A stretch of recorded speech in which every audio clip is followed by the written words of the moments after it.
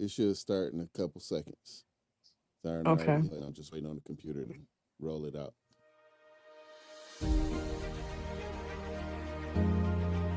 We are live.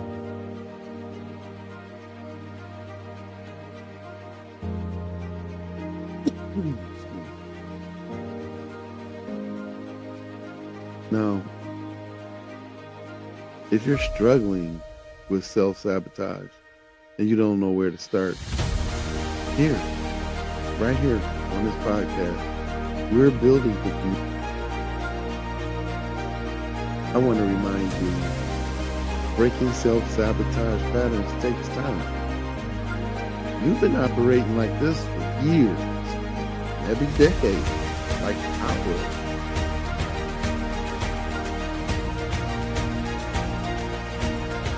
Be patient with yourself. Celebrate the small wins. We're building a community of people committed to breaking these cycles.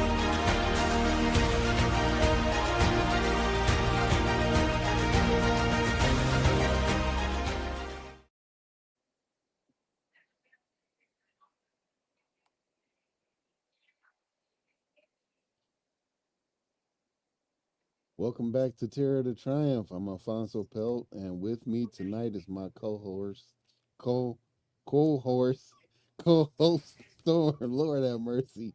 And having all Yes. kind of debobulations and contribulations tonight. Sorry about that. Hello, Storm. How you doing tonight? I'm fine. How you? I'm okay. I'm okay. We both hope you made it through the holidays. We know they're hard for survivors. We talked about that in our last episode, how to survive the holidays, how to set boundaries, and how to protect your peace. Tonight, we're moving into something different, but equally important. We're answering the why questions. Why does your body freeze when you're scared? Why do you have nightmares? Why can't you concentrate? Why do certain things trigger you back into panic?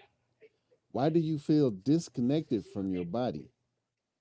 Understanding the neuroscience of trauma is powerful because when you understand why your body does what it does, you stop blaming yourself. You stop thinking you're broken and you start understanding yourself with compassion. You ready? Yes. You ready, Storm, for this breakdown? Yes, let's do this breakdown.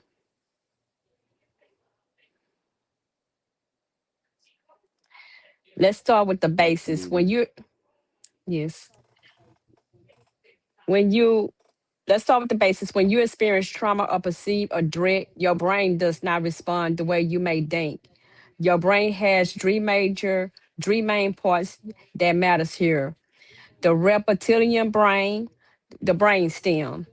This is the oldest part of the brain.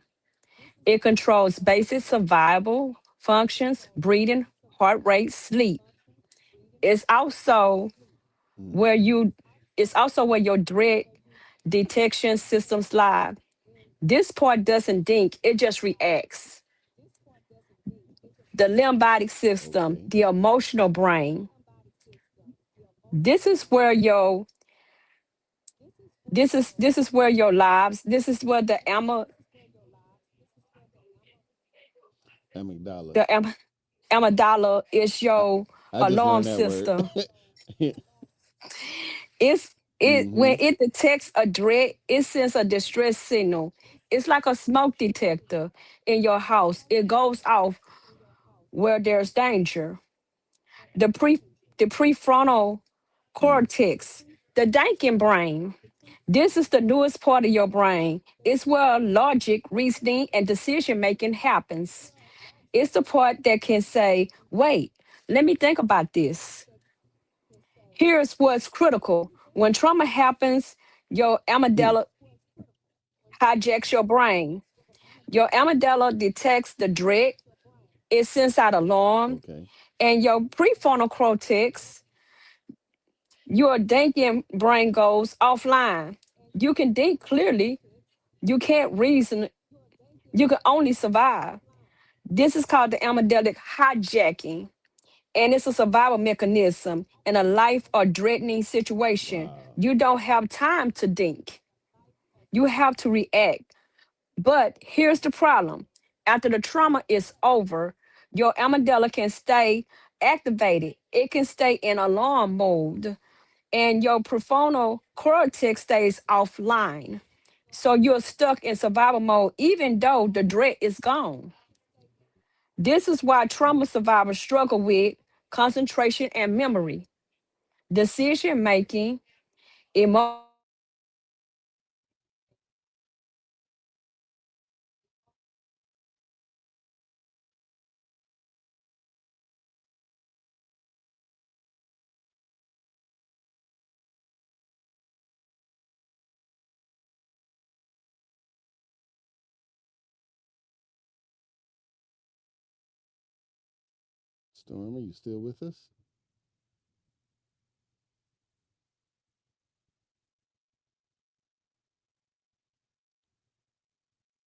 I apologize. We are experiencing some technical difficulties tonight.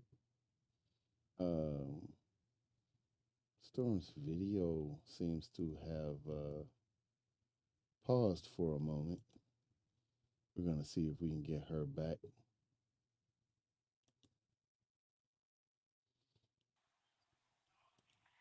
Okay, sorry for that, fam. A little internet problem on this side. Thank you for remaining here. Like I said, your brain is literally in a Mm. different state than someone who has experienced trauma. The amygdala is constantly scanning for danger. It's hypervigilant. It's saying, where's the dread? Where's it coming from? How do I stay safe? And because your thinking brain is Mm. offline, you can talk yourself down. You can rationalize. You can, you just stuck in the fear. So, Alfonso, trauma doesn't just affect your emotion, it changes your brain function. So, how do you feel about this?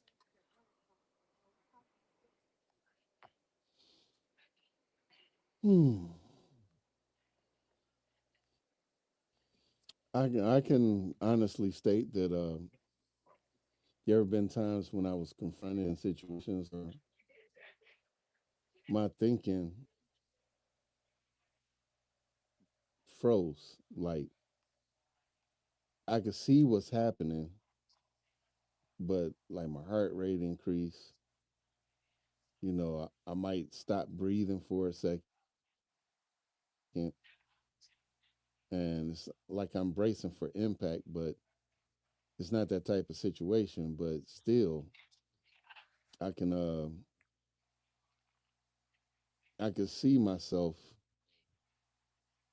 trying to work through the situation, but I know what I want to say. Sometimes the words don't come out right. Uh, Sometimes I might blurt out something that makes no sense whatsoever. But I'm still trying to remain in the moment. But it seems like the moment is escaping me, or I'm escaping the moment. I can't stay focused in the moment. So yeah, that type of response is exactly what you're talking about. Hmm. Um, this is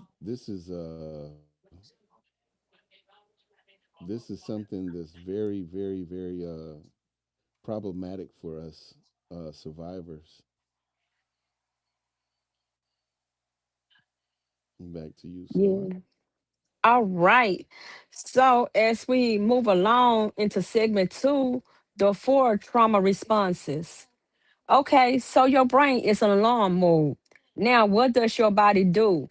This is where you fight, flight, freeze, or fawn responses come in. There are four ways your nervous systems try to protect you when it perceives a threat. And here's the thing: you might experience all four in different situations, or you might have one primary response.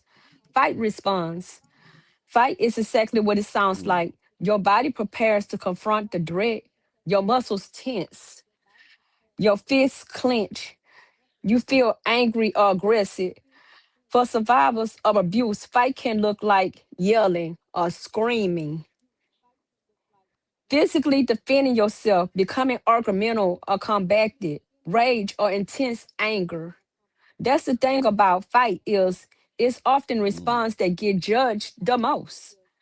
People see anger and think that you are the problem, but anger is your nervous system saying, I'm not going down without a fight. Flight, which Mm. is another response, is flight is the body urge to escape. Your legs feel ready to run. Your heart is racing. You want to get away. For survivors, flight can look like running, literally or figuratively, excuse me, people. Avoiding situations that remind you of the trauma, constantly moving or restlessness, difficult staying in one place, Mm-hmm. leaving relationships when they get close. Flight is about creating distance. Your nervous system saying, I need to get out of here. Then you have freeze. Freeze is when your body literally can't move. You're Right. paralyzed. Your mind is be racing, but your body is stuck. For survivors, freeze can look like feeling unable to move or speak during triggering moments, disassociation, feeling disconnected from the body or going numb, Mm-hmm. feeling difficulty taking action even when you want to, feeling stuck in Mm. relationships or situation. Freeze is often misunderstood. People think you're not trying hard enough or being passive. But freeze is a survival mechanism. Sometimes playing dead is the best strategy. It is what some animals do that can't fight or flee. Fawn response. Fawn is the response where you try to appease the dread. You become a people pleasing. You try to make other people happy so that they won't hurt you. For survivors, fawn can look like over Mm. apologizing, always putting other needs first, difficult saying no, trying to be perfect to avoid Mm. criticism, staying in harmful relationships because you're trying to fix them. Front is about control, Drew, compliance. Your nervous system is saying, if I'm nice enough, maybe they won't hurt me. Here's what's important to understand, fam. These responses are automatic. They happen in milliseconds. You don't choose them. Your nervous system chooses them based on what it thinks will keep you safest. And difficult situations trigger different responses. Mm. You may freeze with one person and fight with another. You may frown in one situation and flee in another. None of these responses are wrong. They're all survival strategies. And understanding which one is your help, you understand yourself.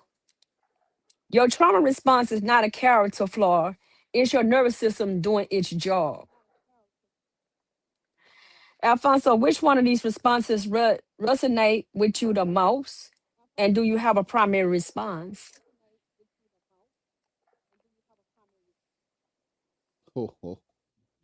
I think several of these target me, or well, not target me, but explain uh, part of me.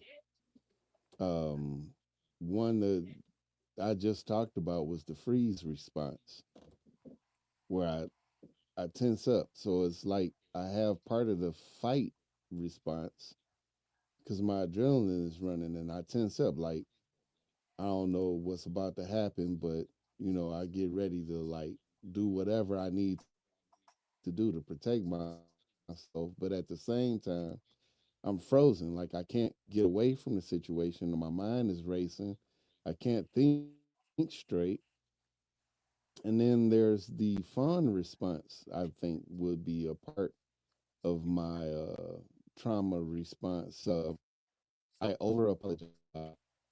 And the people always say, "You always saying sorry. You always saying sorry." That's part of it. I do listen to her sometimes. I find myself doing that sometimes. As a way of trying to not to have any conflict. I do have problems saying no to people. Um,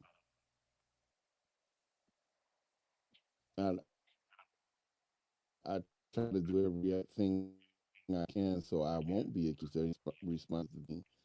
Um, but there's another word that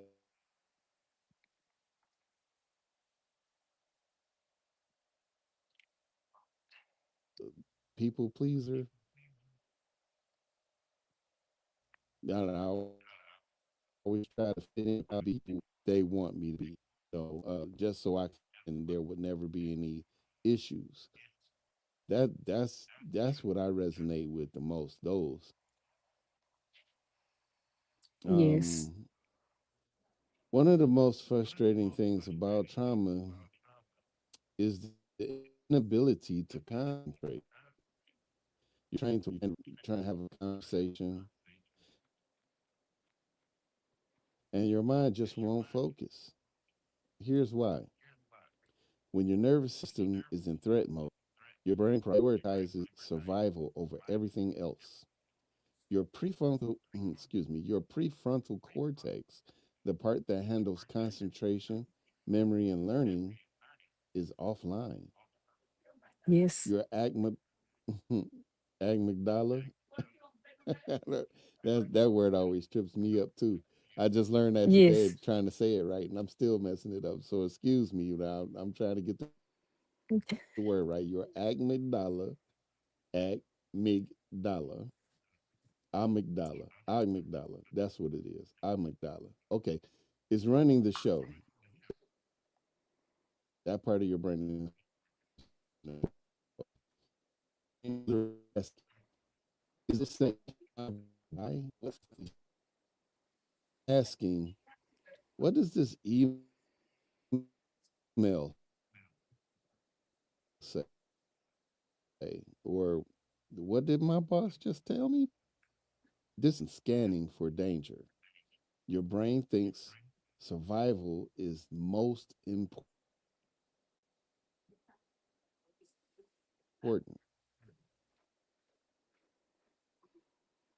but it said, I'm guilty of that. You space out in conversations. I'm guilty of that. You start tasks but can't finish them. That's off and on. You have trouble learning new things, and I've never had a problem with that. But I imagine some people would. Your memory feels foggy. Yeah, that's me. You forget appointments or commitments. That's definitely me. You lose track of time. That's me. See, there's even one other thing. Like, if you missing stuff, you forget stuff too. Like, I forgot where I put my keys, or I forgot where I put my wallet. I forgot where I put my purse or my phone, or I left my phone at home and stuff. That's classic me, straight up. But that's all a part of what we're talking about here. This is not laziness. This is not stupidity. This is your nervous system doing exactly what it's designed to do: keep you alive. The science behind it: when you're in survival mode, your brain releases stress hormones, cortisol, and adrenaline. These hormones are designed to help you survive immediate danger, but they also impair your ability to form new memories and concentrate on the task. Excuse me, on the task. Your hippocampus, the part of your brain responsible for memory, literally and actually shrinks. It shrinks under chronic stress or it gets smaller. That's why trauma survivors often have memory problems. This is how you work with it. First, you give yourself some grace. Your brain is working overtime. You break smaller tasks into smaller chunks. Your attention span is limited right now, so you have to take on little bites at things. Eliminate distractions. Your brain is already distracted by internal threats. Got to use grounding techniques before trying to concentrate. Have to calm your nervous system first. Don't expect to function at 100%. You're operating at maybe 60, 70% capacity. That's okay. Try to write things down, use reminders, use tools to compensate for the memory issues like sticky notes or something like that. Put it on your phone. There's buzz when you need to do something. The good news is, as you heal and your nervous system calms down, your concentration will improve. This is permanent. Your brain can heal. Brain fog after trauma is not a character flaw. It's a system, no, not a system, a symptom of your nervous system being in survival mode. Storm, have you ever experienced? I have always tend to be in survival mode in different situations. But like you say, as we move through time, and give ourselves grace, we can get through this because that's what therapy do. You still have to seek out therapy from time to time. I would say, to my general audience, you get the help that you need because even though you probably had some help in the past, you still need help in the future because it's things that still can trigger your traumas and you got to be ready for them people. Just always remember, seek out therapy help because it's what you're going to need to survive out here. Trauma is real. It's every day. It's 24 hours a day. It's worldwide. It's from continent to continent. So, it's not it's not good at all. But talking to a therapist, it helps me get through everything that I need to get through. Back to you, Alfonso.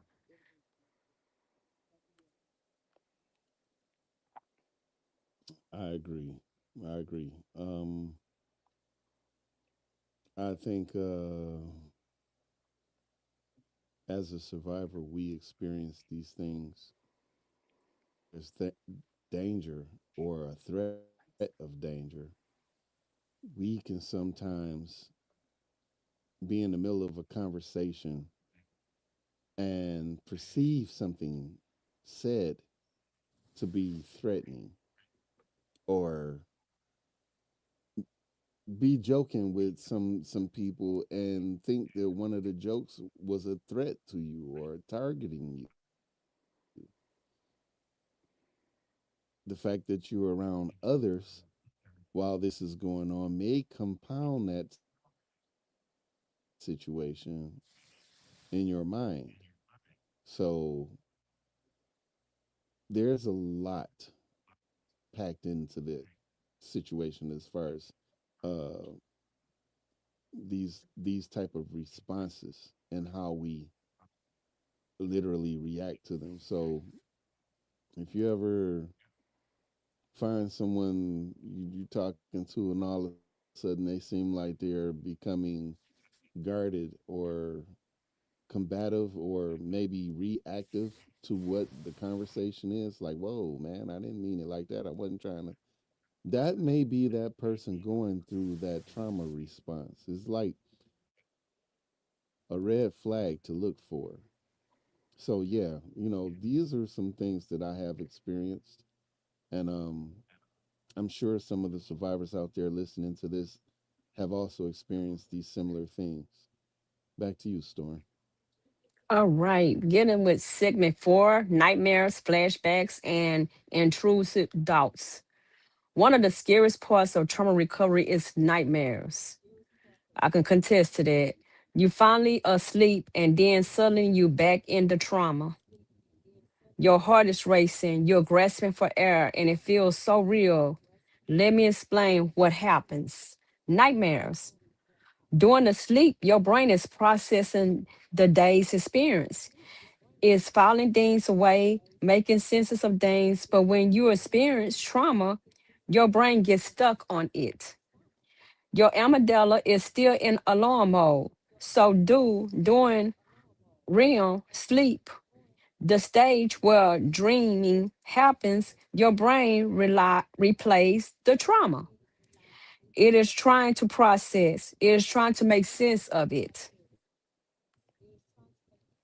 But because of your prefrontal Mm. cortex is offline during sleep, you can't rationalize it. You can't tell yourself, this is a dream, I'm safe. You're just experiencing the terror all over again.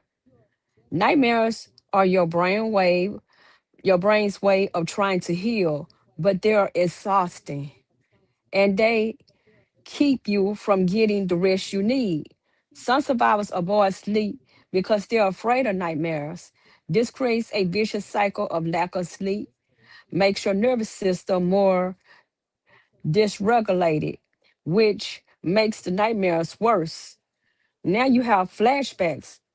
A Mm. flashback is when something triggers you and suddenly you back into trauma, not remembering it, actually experiencing it. Your body is reacting if it's happening right now. This happens because of something called state dependence memory. Your brain stores traumatic memories difficultly than regular memories. They're stored with all sensor details, the smell, the sounds, the physical emotions, the physical sensation. So when you encounter something that reminds your brain of the trauma, a smell, a Mm. sound, a similar situation, your brain goes into full alert. It's not a choice, it's automatic. During a flashback, Mm. your heart races. You may sweat or shake. You feel some fear you felt during the trauma. You may lose track of where you are. Time feels distorted. Flashbacks can last seconds or minutes, and they're terrifying because they feel completely real. Now you have intrusive doubts. These are unwanted doubts that Say pop what? into your head. They often violate, disturbing, or shameful, and they'll feel like you're coming out of nowhere. Intrusive doubts happens because your brain is trying to process the trauma once again. It is replaying it over and over, trying to make sense of it. The doubts feel like they mean something about you, but they don't. They just your brain's way of processing. Common intrusion doubts for survivors, replaying the trauma Mm. over and over. Imagine the worst case scenarios. Doubts of self-harm or suicide, violent or disturbing images, shame-based doubts. It was my fault. I'm dirty. I'm broken.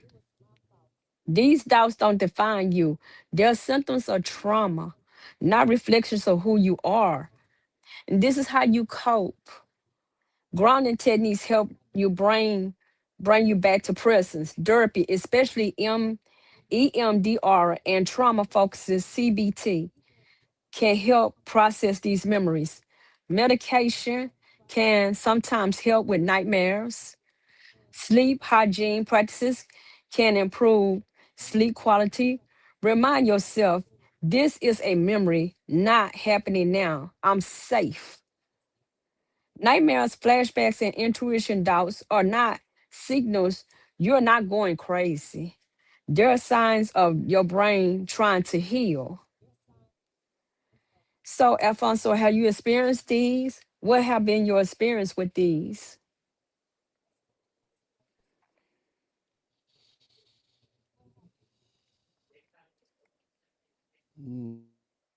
Mm. Yeah. Yeah, I experienced quite a bit of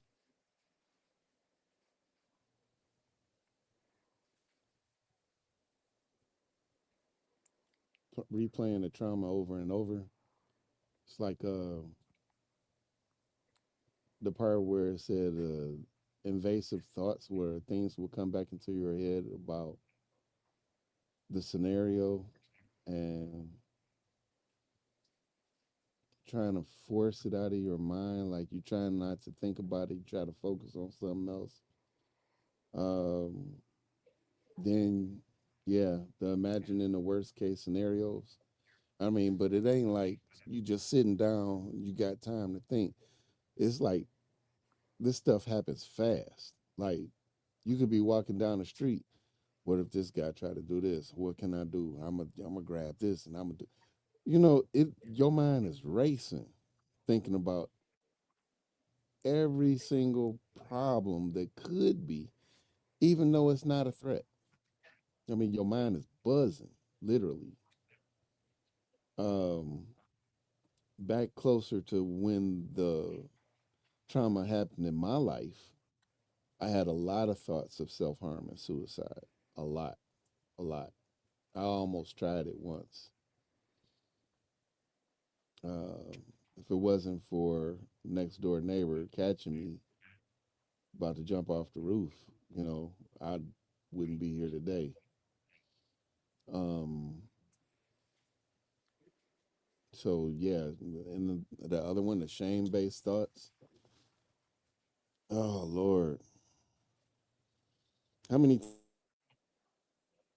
times I done walked into a room full of people, whether they know me or not, and I instantly started thinking about what I've been through. And these people looking at me, how they thinking about me. And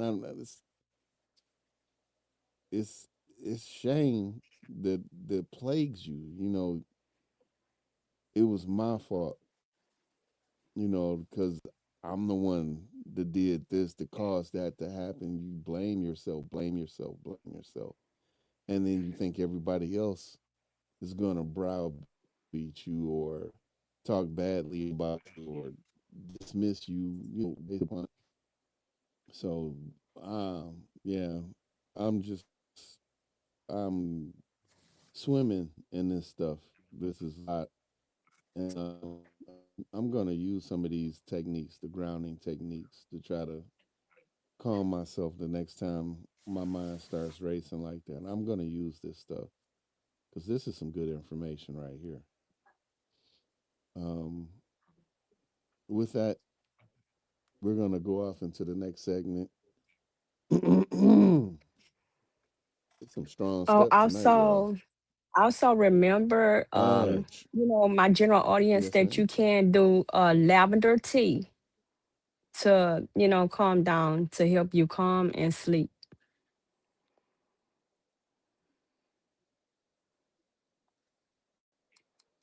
Back to you, Alfonso.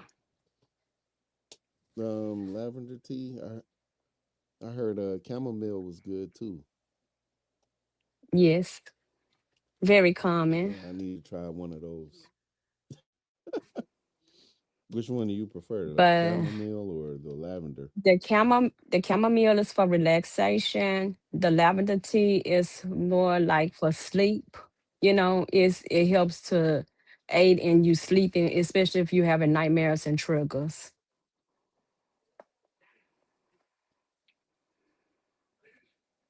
Okay, okay, that makes sense. Um, I think I would go with the chamomile then, because that's my thing. I need to calm my mind down most of the time. So I'm gonna Yes. invest in some of that for myself.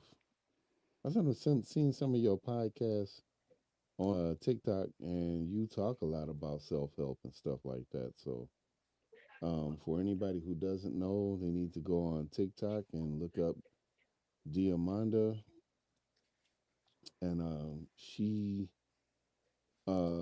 talks about self help and remedies and natural herbs and stuff that you can use to help yourself calm down and relax yourself. You know, she talks about the breathing techniques that we brought up here.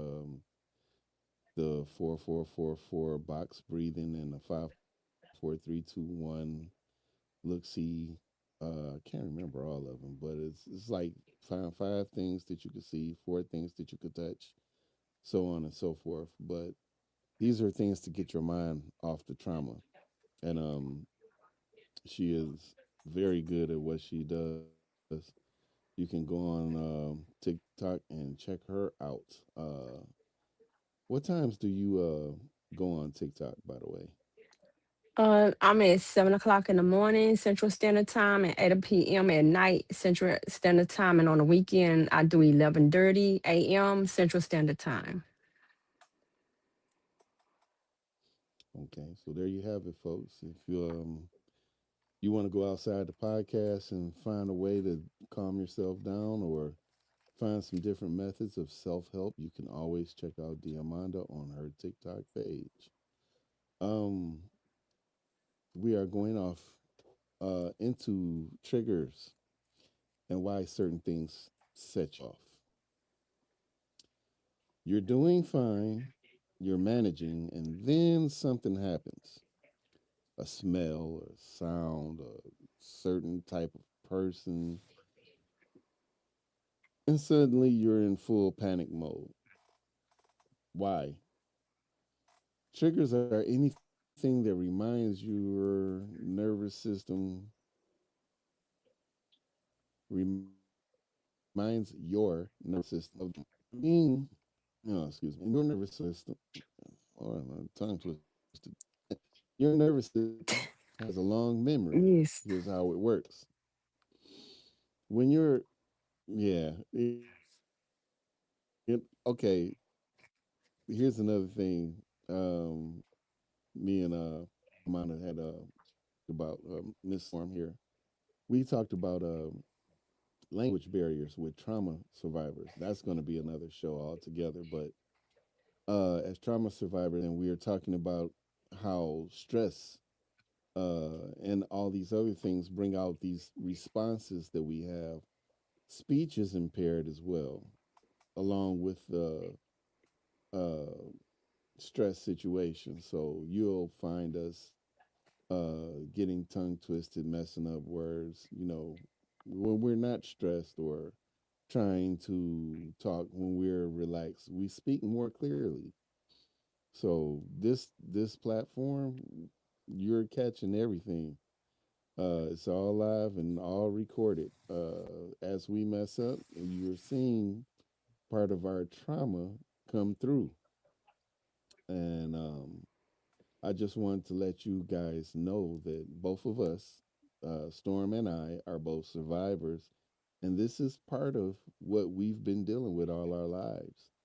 After the trauma, we've been dealing with certain issues, trying to normalize.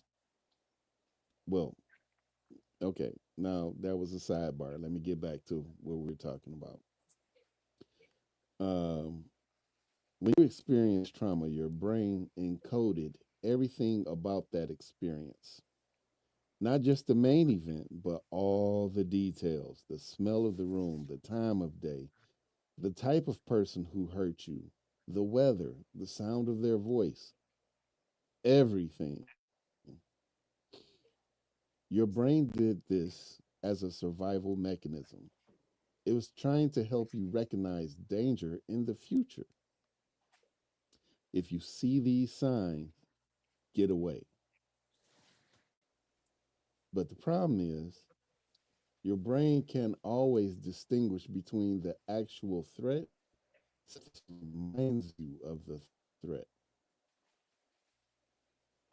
So you might be triggered by a certain smell, cologne, alcohol, food, a certain tone of voice. I actually heard a guy saying he hates. You might think this is strange.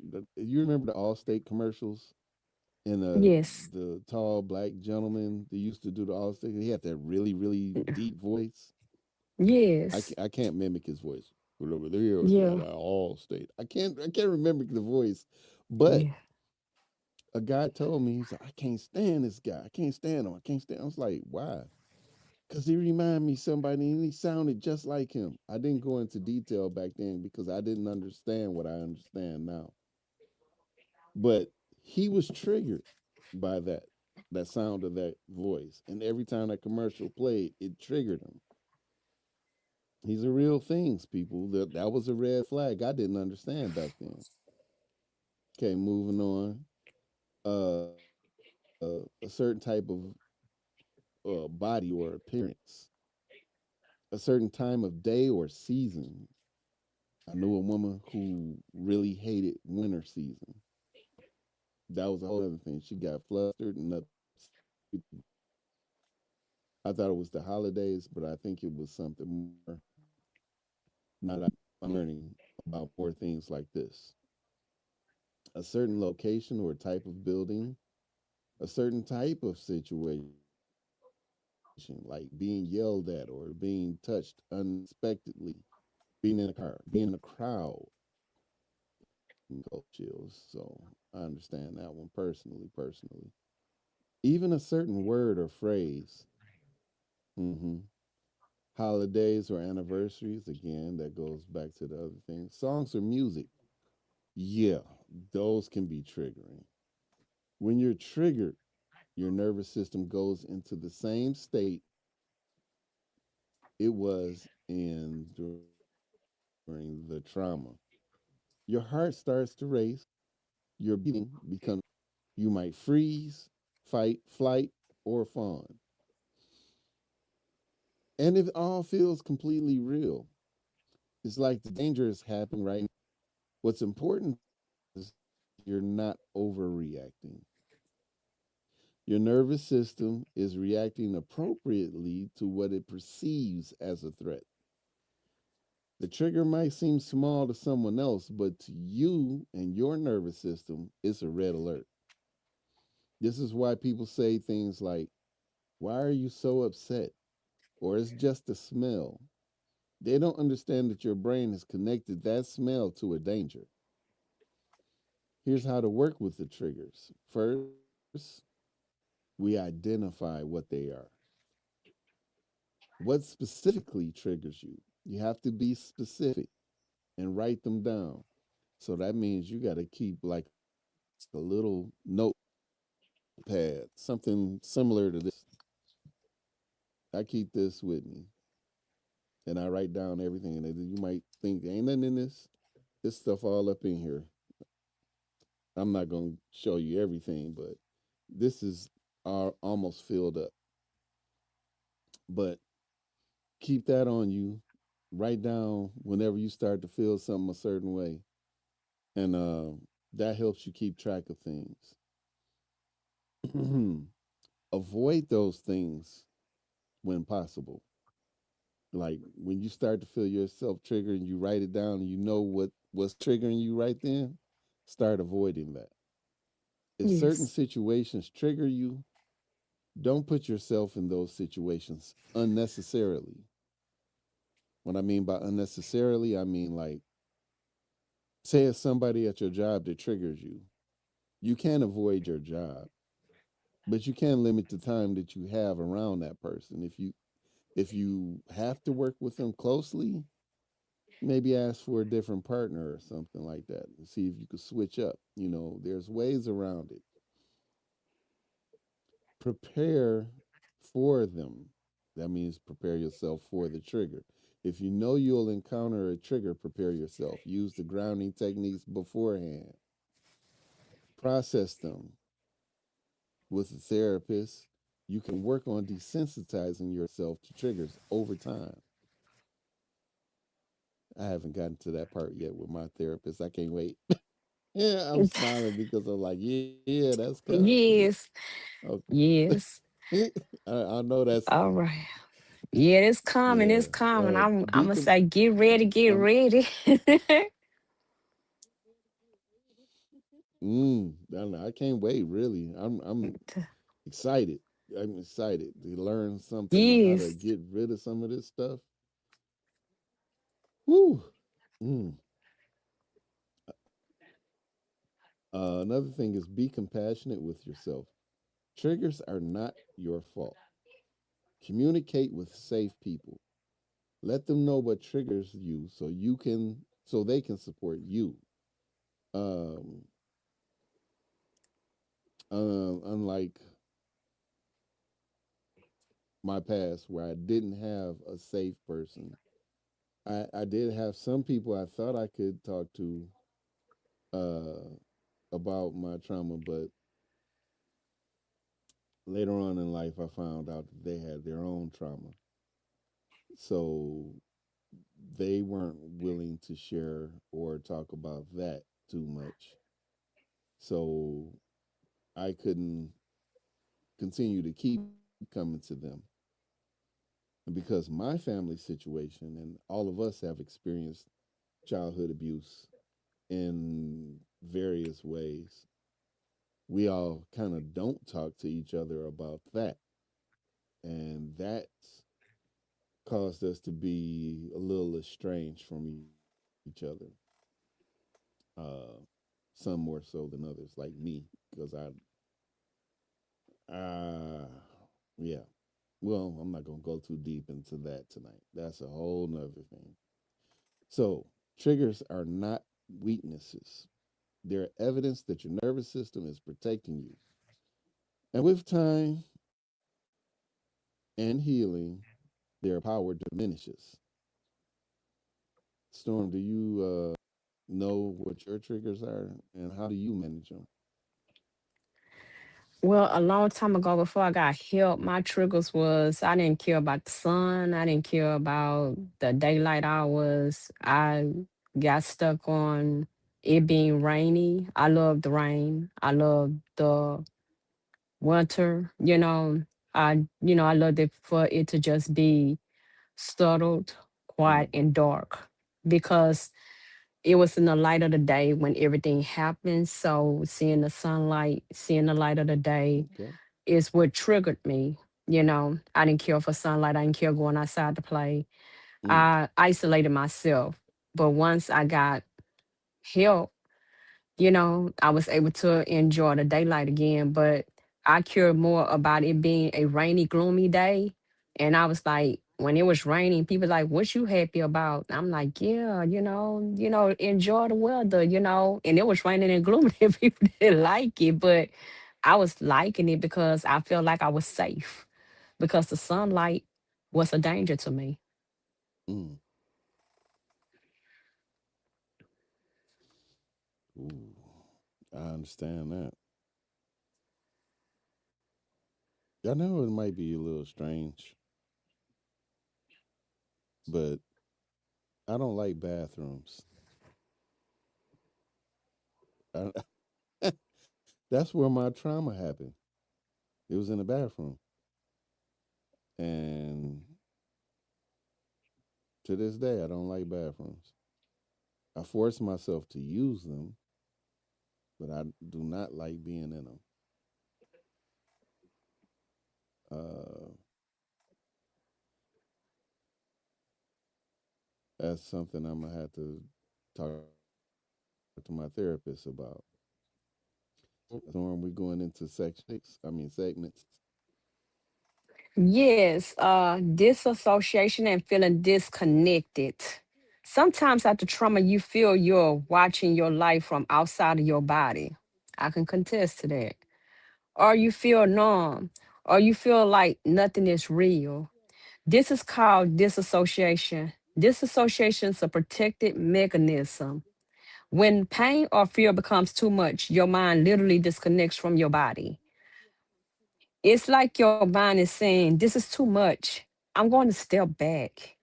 What disassociation can feel like, feeling like you're watching yourself from the outside of your body, feeling numb or emotionally flat, feeling like the world isn't real.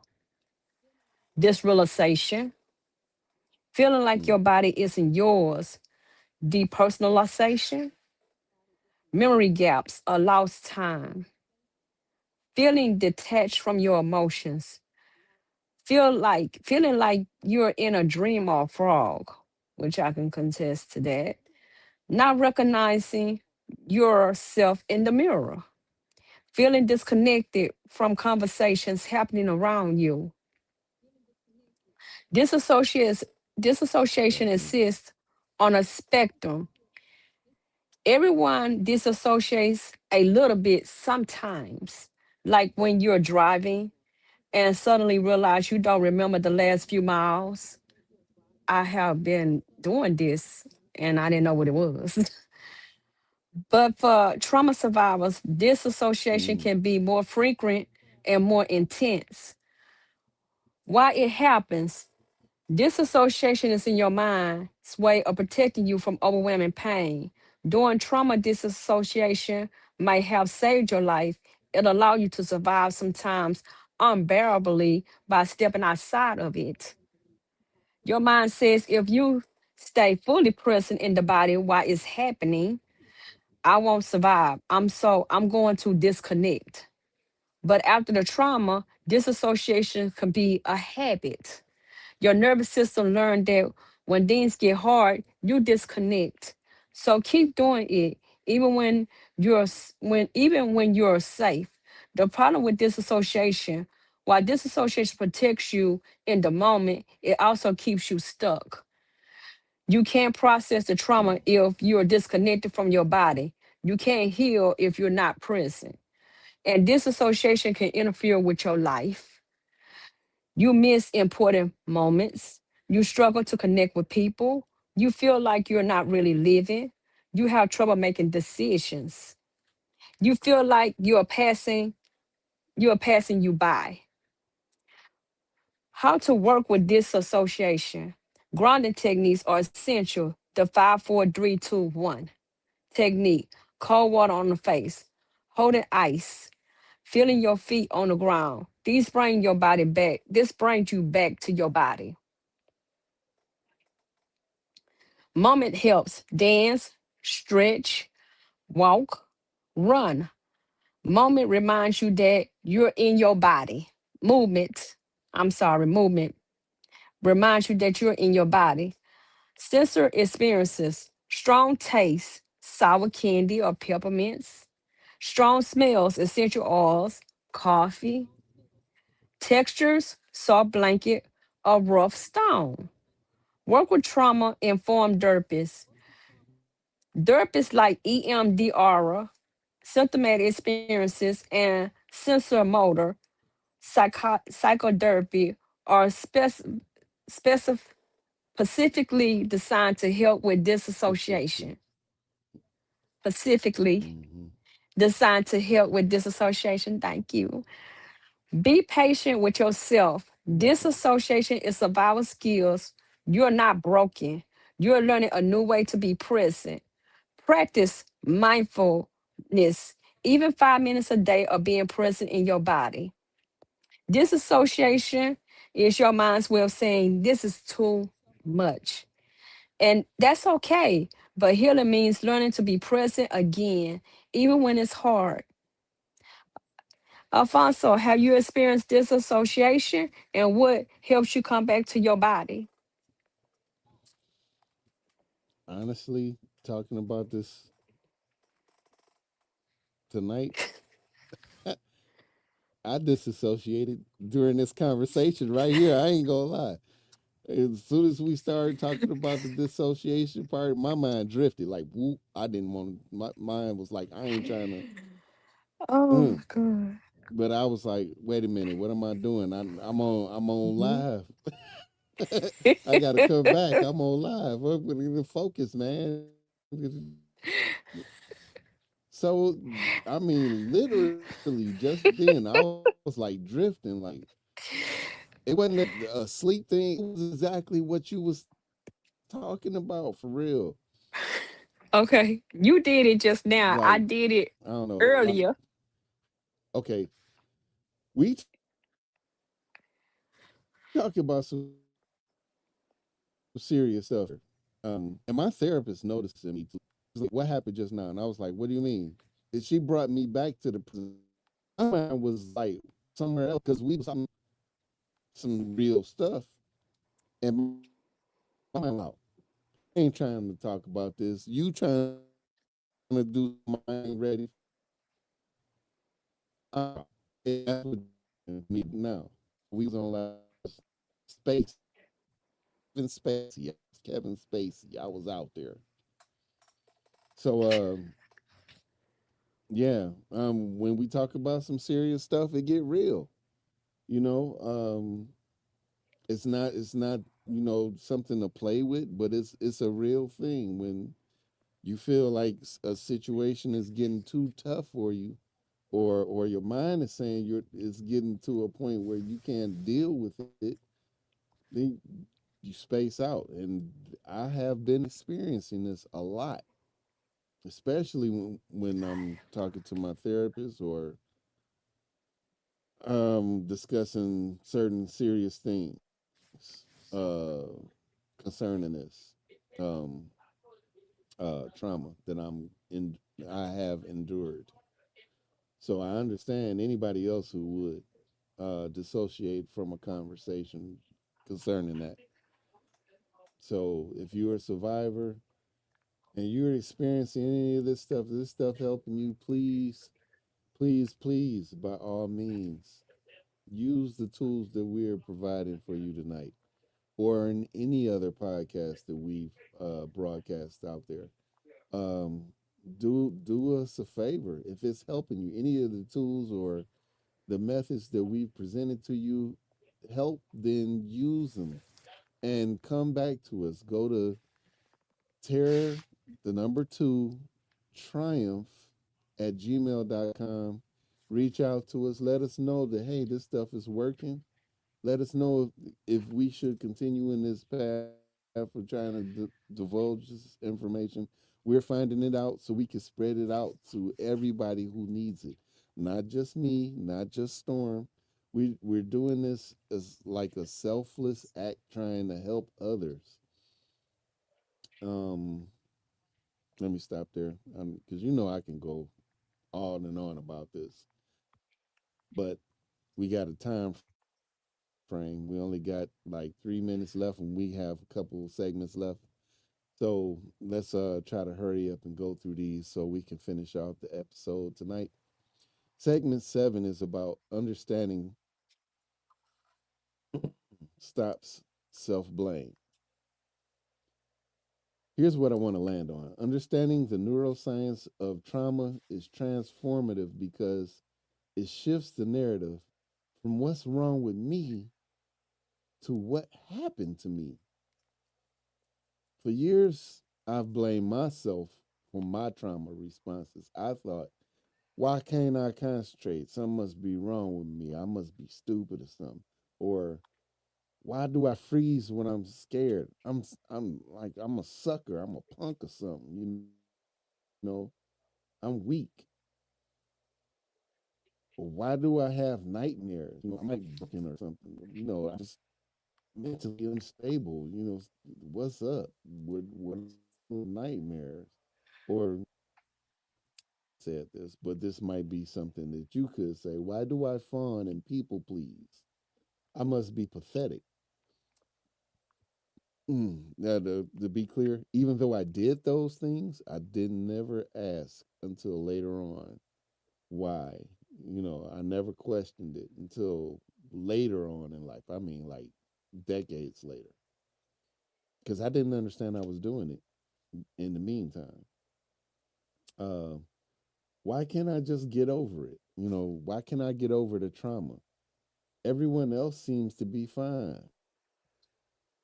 But when I understood that these responses are neurological, that my brain is literally wired differently because of trauma, things changed.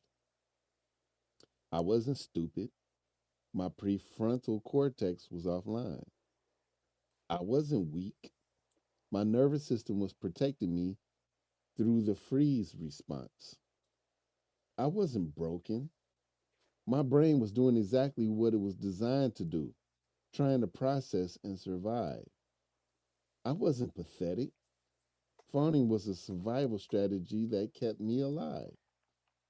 This shift is crucial because when you blame yourself, you stay stuck in shame. Shame keeps you isolated. Shame keeps you from healing. Shame tells you you're the problem. But when you understand the neuroscience, you can have compassion for yourself. You can say, my nervous system is doing its job. Now I need to help it learn that I'm safe.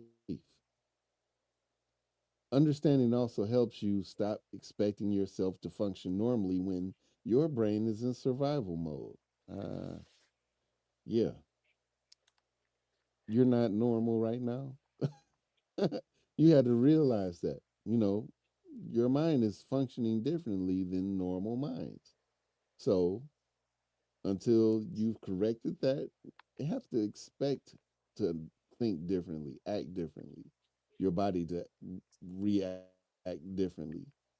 You have to set realistic expectations for yourself. Ask for help without shame.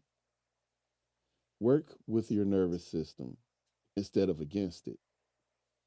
Celebrate the small wins instead of beating yourself up. I said that before. Celebrate the small wins. You have to, instead of beating yourself up for not being fixed yet. Like it's not going to happen overnight. It's a process, but it can happen. Recognize progress even when it feels slow. Be patient with your healing journey. Wow, this seems like I just repeated myself just then. You got to be patient with yourself. Take time with yourself. Here's the truth: you're not broken. You're not, and you're not too sensitive. You're a survivor. Nervous system is doing everything it can to keep you alive. Your brain adapted to survive trauma. And now, with understanding and support, your brain can adapt again to heal. That deserves respect. That deserves compassion. That deserves celebration. The shift is from what's wrong with me to what happened to me and how do I heal? From I'm broken to I'm healing. From I should be over this by now to healing takes as long as it takes. From I'm weak to I survive. And that takes incredible strength. This understanding is the foundation of healing. It's the shift that everything is going to change and it changes everything. Understanding trauma neuroscience is the antidote to self blame. It's the shift from shame to compassion, and that's where healing begins. Storm, did you under how did the understanding rather the neuroscience change your relationship with yourself? From I'm broken to I'm healing, because I felt that I was broken. And then when I got derpy, that's when I really just started to heal because I really wasn't healing. And that's when I basically started healing. But it took time. Like you said, nothing takes overnight. This is not a night flight. It takes time, and you still go through stuff from time to time because there are still triggers. But you tell yourself, Mm, you have to talk to yourself and you have to say, you know, I am safe. You have to ground yourself, like you say, get on top of the ground. And sometimes you have to wake up out your sleep and touch that flow, to let yourself know I'm safe. I'm in a safe place. So yes, it's real. mm, okay. Well, we're moving on into segment 8, moving toward Okay. healing. All right. Moving toward healing. Okay, so now that you understand why your body does what it does, now what? How do you actually use this knowledge to heal? Understanding is step one, but understanding is step one, but healing requires action. Step one, validate your response. Now that you know your trauma response are neurological, validate them. Stop fighting them. Stop judging them. When you freeze, say, my nervous system is protecting me. That's okay. When you have a nightmare, say, my brain is processing. That's a part of healing. That's a part of healing. When you're a trigger, say, my nervous system recognize a threat. I can handle this. When you disassociate it, say, my mind is Mm. protecting me. I can come back when I'm ready. Validation doesn't mean you like to respond, it means that you accept without shame. Step two, work with your nervous system. Your nervous system learns to be in survival mode. Now you need to teach it that you are safe. This happens through grounding techniques. Bring yourself back to the present. Movement, processing trauma stored in your body. Connection, showing your nervous system that relationships can be safe. Therapy, rewind your brain with professional support. Time, healing is not fast, but it's real. Self compassion, treating yourself with kindness. Step three, build neural pathways. Your brain has learned certain patterns, but neuroplasticity means your brain can learn new patterns. Every time you ground yourself instead of disassociating, stay present instead of fleeting, speak up instead of frowning, feel your feelings instead of numbing. Trust yourself instead of doubting yourself. Choose healing over survival. You're building new Mm. neural pathways. You're rewiring your brain. It's a slow work, but a real work. Step four, be patient with process. Trauma rewire your brain. Healing takes time to rewire it again. Don't expect to be fixed in a few weeks. Don't expect to never be.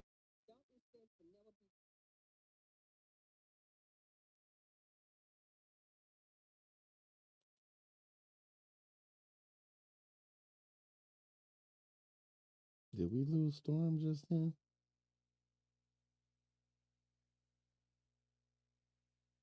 Mm. Okay.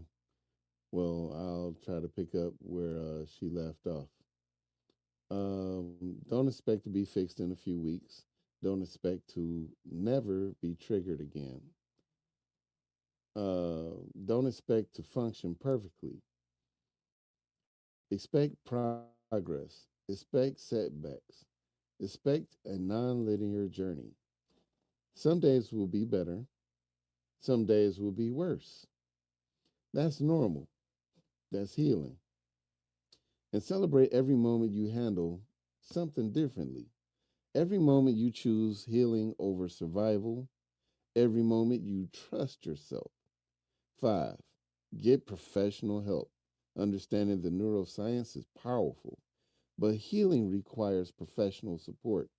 A trauma informed therapist can help you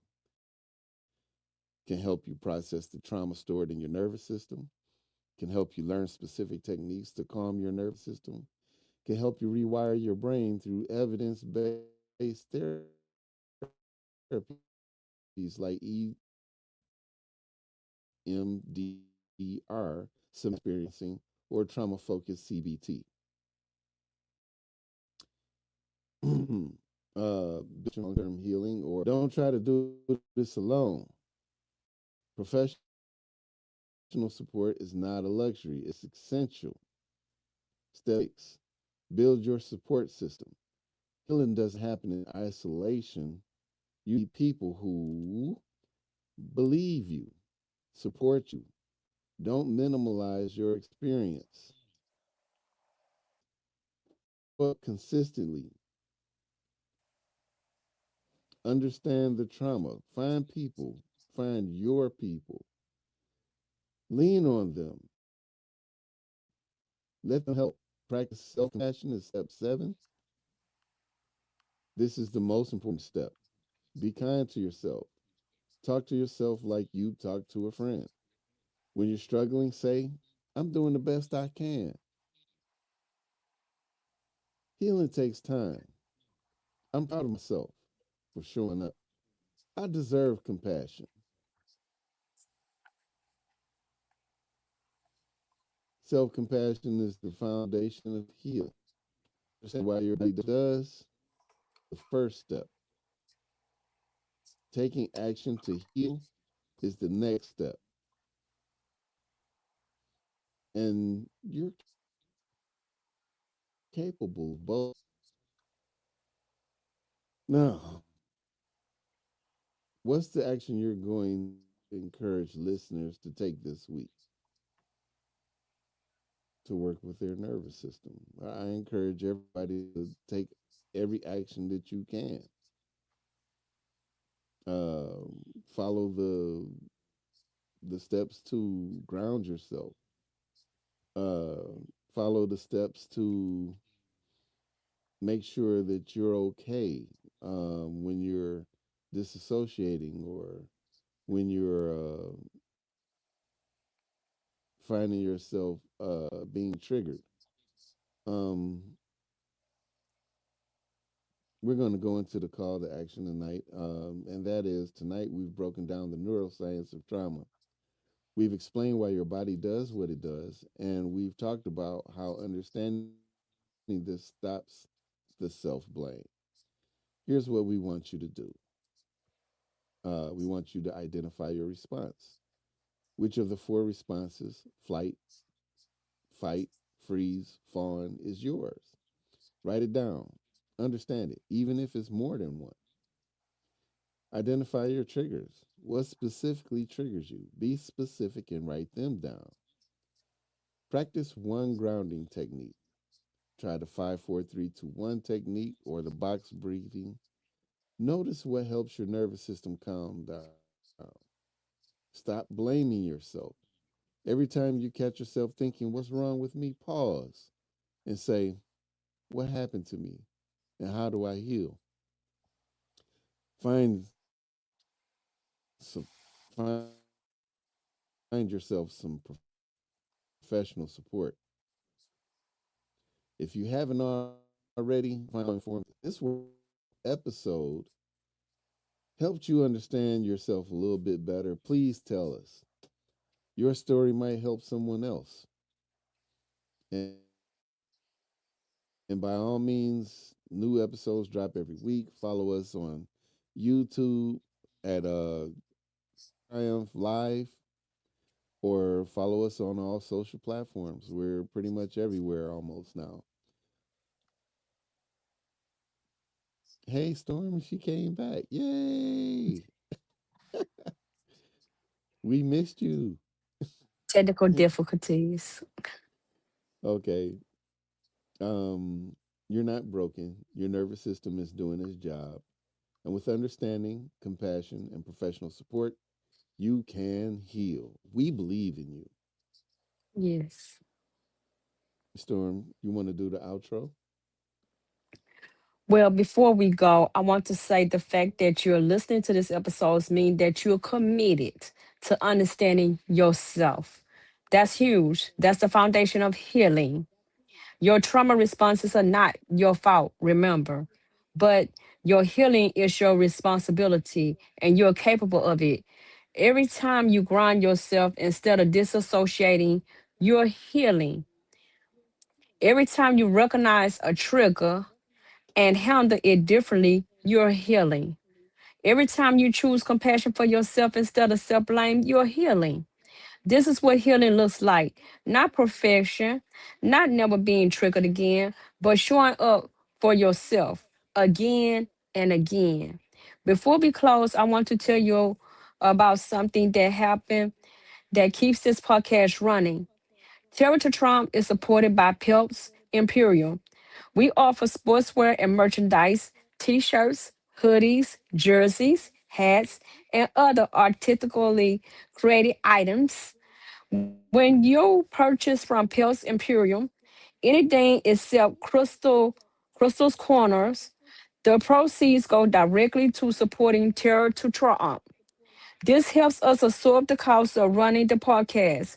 We want to give you something tangible in returning for your support. So when you buy from us, you're not just donating, you're giving quality merchandise while helping us keep these conversations going.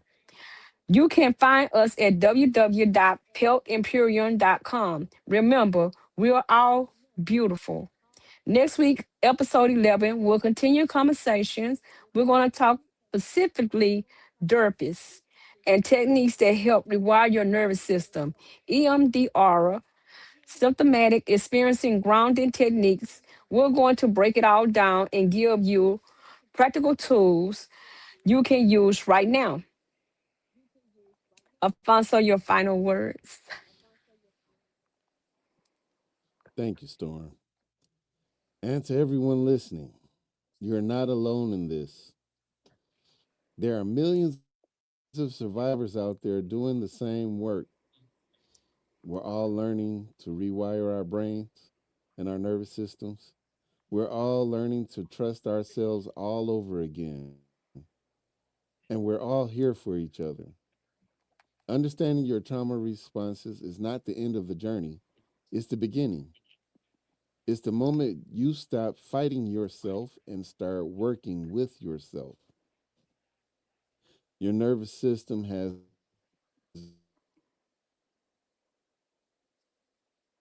been trying to protect you, honor that, and now gently teach it that it's safe. You're worthy of healing, you're worthy of peace, and you're worthy of a life where your nervous system can finally rest. I'm Alfonso Pelt. This is Terror to Triumph, and thank you for your courage. Thank you for showing up. Thank you for trusting us with your journey. We'll see you next week.